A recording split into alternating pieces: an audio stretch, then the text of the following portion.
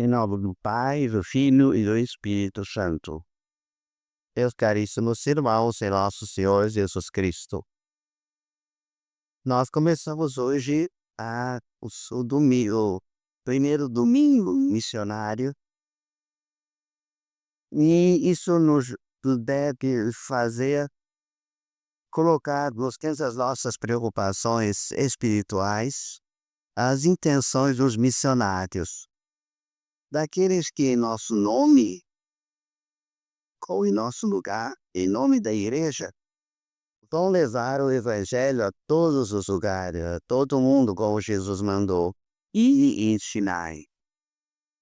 É claro que nós falamos de mês missionário, não podemos pensar só naqueles que deixaram a sua terra, as suas famílias, os seus sonhos, e foram a lugares inóspitos, anunciando o evangelho aos pagãos, ou então aos grandes paganizados da nossa época. Nós todos devemos ser missionários. A igreja ou é missionária, como diz o Papa João Paulo II, ou não é igreja. Porque ela, pelo simples fato de ter tido, fundada por Jesus, já lhe foi proposto um fim essencial, que é ir e ensinar, ir e ensinar. Fazer discípulos todos os povos. E não se trata agora apenas da igreja como instituição, mas de cada um de nós. Santo Padre tem insistido de um modo particular nesses últimos tempos sobre a absoluta necessidade de cada um de nós ser missionário. E é interessante que ele chega a dizer que até as crianças devem ser missionárias. E exatamente aí é que elas encontrarão revelada a demesa e a grandeza e essa fecundidade do evangelho que elas recebem. Cada criança tem que ser missionária. Missionária de seus pais, missionária de seus colegas, missionária de seus irmãos. Quantas vezes o Papa falou, por exemplo, que as famílias devem ser missionárias, não simplesmente abandonando lá por algum tempo a sua paz, os seus afazeres, para levar o evangelho aos povos, mas missionário dentro de casa, missionário da vizinhança, missionário na sua cidade, na sua comunidade. Porque realmente o que nós vemos não é uma situação assim tão agradável ou tão fácil. Na medida em que os homens se afastam de Deus, eles se separam uns dos outros. Na medida em que os cristãos se esquecem do Evangelho de Jesus Cristo, eles se paganizam, pouco a pouco ou muito a muito. Porque, de fato, estar com Deus é ter a sua graça, a sua luz, é saber o caminho, mas é, acima de tudo, ter o coração aberto aos seus irmãos. Ora, o que acontece tantas vezes é que os homens vão se esquecendo do Evangelho, vão se acostumando e vão se insensibilizando. Quando a gente lê o Evangelho, percebe claramente que nosso Senhor está falando ao povo judeu. Aquele povo que foi escolhido como o povo de predileção. Aquele povo que teve, por exemplo, os grandes patriarcas. Eu penso no Abraão, no Moisés. Aquele povo que, afinal de contas, foi conduzido por grandes profetas. E que, finalmente, acabou sendo um lugar onde veio ao mundo o Filho de Deus feito homem para nos salvar. No entanto, a história dele não é uma história confortadora. Os profetas quase todos acabaram não só incompreendidos e aí perseguidos, mas mortos. Quando o dono da vinha, que ele cuidou com tanto carinho, manda lá o seu filho para ver se recolhe algum fruto de tudo aquilo. Ele é jogado para fora da vinha, como Cristo foi crucificado fora da cidade.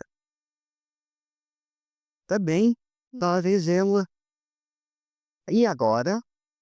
Agora termina o Evangelho. O reino de Deus nos será tirado e será entregue a um povo que produzirá frutos. Foi entregue a nós. Não que o judeu tivesse sido rejeitado definitivamente de modo nenhum. O cristianismo começa com os apóstolos são os teus. Os grandes lugares da pregação do evangelho são as sinagogas. Mas, na verdade, chega-se o momento em que Paulo diz: eu vou me voltar para os pagãos. E esses pagãos somos nós, que recebemos o evangelho. E qual foi a nossa história? Qual é a nossa realidade? É que simplesmente fizemos mais ou menos a mesma coisa. O evangelho foi pregado, as igrejas foram construídas, as missas celebradas, os sacramentos oferecidos. E será que nós podemos dizer que a nossa história de cristão foi uma história de fidelidade, de amor, de generosidade, de caridade, de renúncia? Graças a Deus tivemos grandes santos. Alguns deles estão aqui nos vitais desta igreja. Mas, na verdade, a grande mata como está?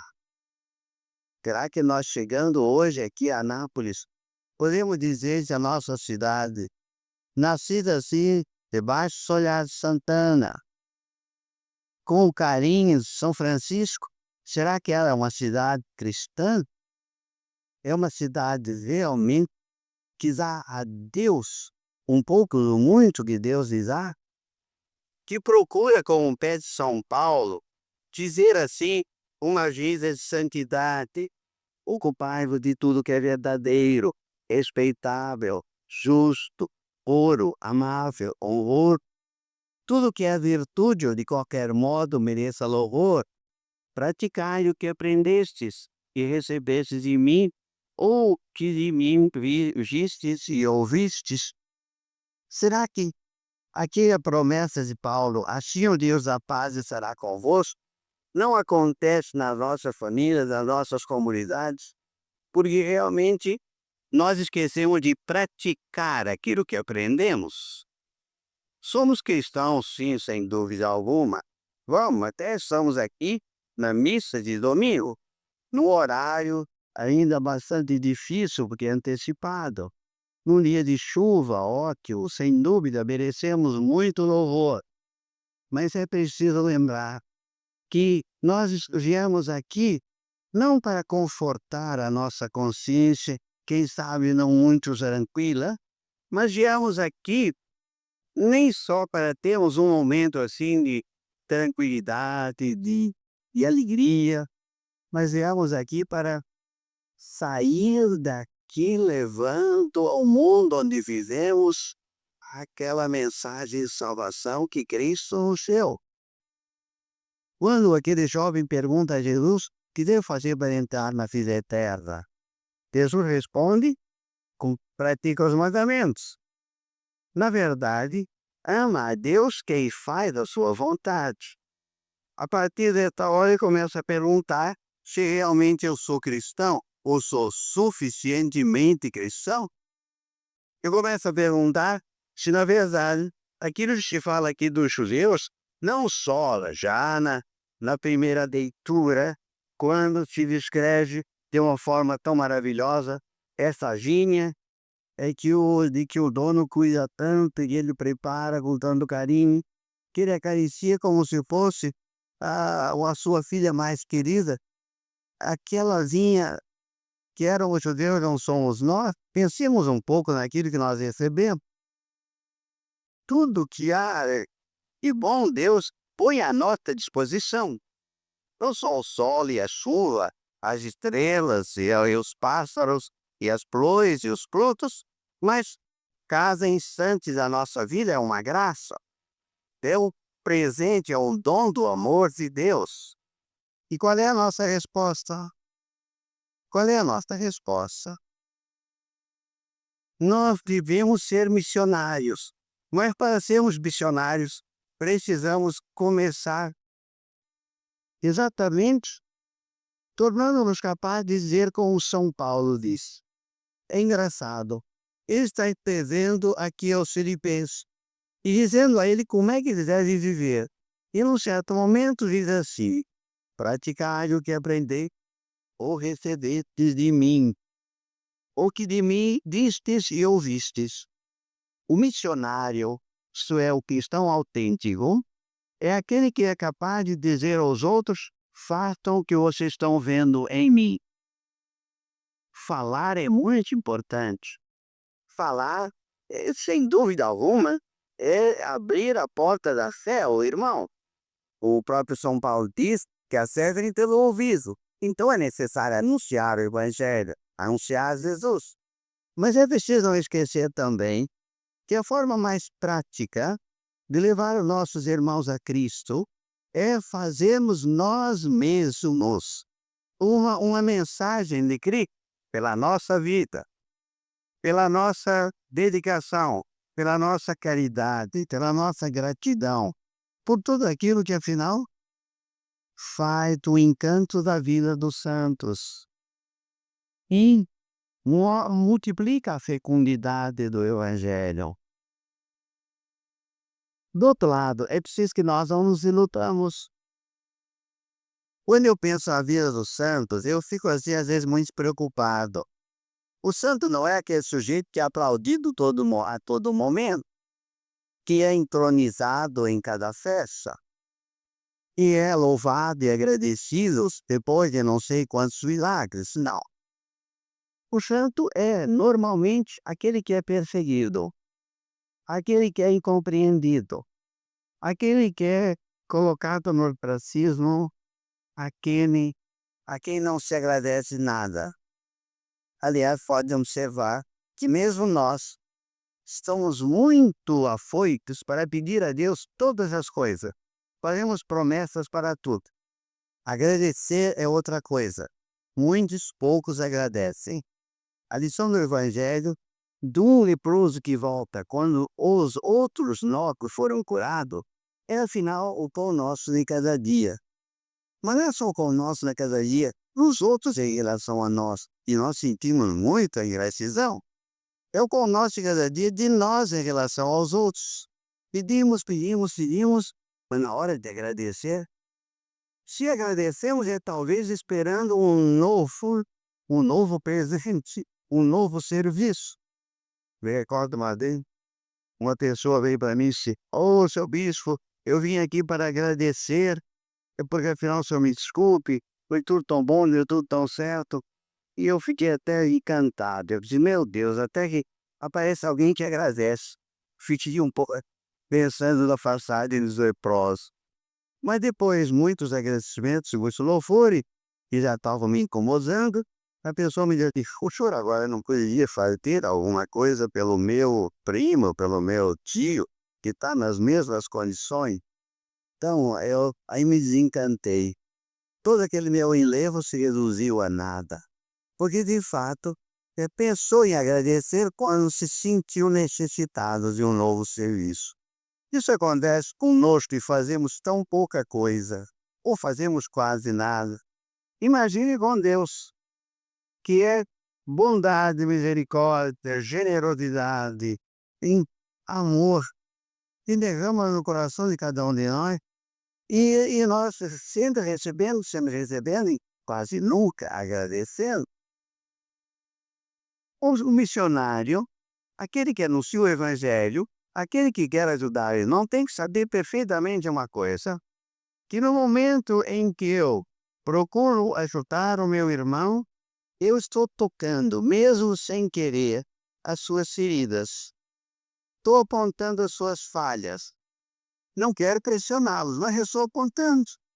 Olha, não é bem assim. O nosso Senhor espera outra coisa de nós.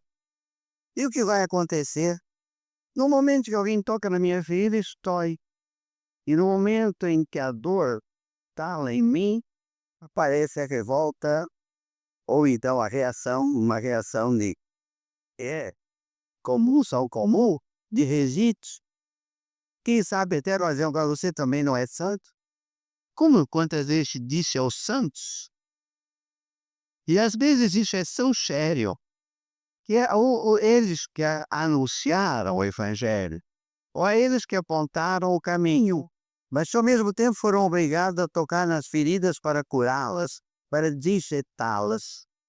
Eles acabam sendo vítimas da nossa revolta, porque não é porque queremos continuar maus, mas porque não queremos que ninguém conheça a nossa maldade. E nos sentimos diminuídos, preferimos errar, continuar a errar, do simplesmente assumir diante de todos a consciência de quem errou. Ser cristão não é fácil, porque isso vai exigir de nós realmente uma luta contra o nosso egoísmo, vai exigir de nós uma resistência às nossas paixões. Mas esse chão é muito mais difícil quando nós nos sentimos obrigados a levar ao nosso irmão aquilo que Deus põe no nosso coração. Quando Jesus nos chama de luz, ele quer dizer que a luz não ilumina a si mesmo. A luz é para iluminar o ambiente onde está. Quando Jesus nos chama de sal, ele está perfeitamente que o sal não salga a si mesmo, salga a carne em que ele está espalhado. Quando ele nos chama de fermento, ele tem plena consciência de que o fermento só transforma a massa quando a penetrou inteiramente. Isso significa que nós cristãos somos cristãos não só para nós, mas de modo especial para os outros. Porque é nos outros que nós vamos encontrar aquele Cristo que fez tanto por nós e continua fazendo. Há uma velha canção inglesa que diz assim: eu procurei a Deus e não o encontrei. Eu procurei a minha alma e não tive consciência dela. Eu procurei o meu irmão e nele eu encontrei os três. Encontrei a Deus, encontrei a mim mesmo e encontrei o irmão. Na verdade, o cristão vai de fato saborear a profundidade da sua fé no momento em que ele a põe em prática. E o momento mais decisivo dessa prática cristã é buscar o outro para servi-lo, aquele Deus que o vive continuamente a servir. Meus irmãos, o missionário é aquele que renuncia a sua pátria, seus sonhos, para anunciar o evangelho. Um dia eu me apresentei ao meu pai espiritual, faz tanto tempo, para dizer-lhe que eu estava pensando em sair, em deixar a Deltege, deixar o Brasil. Eu queria, ainda era seminarista, eu queria ir para a China, para ter missionário na China. O padre ficou meio espantado comigo, é que aquele entusiasta de um jovem de 18 anos.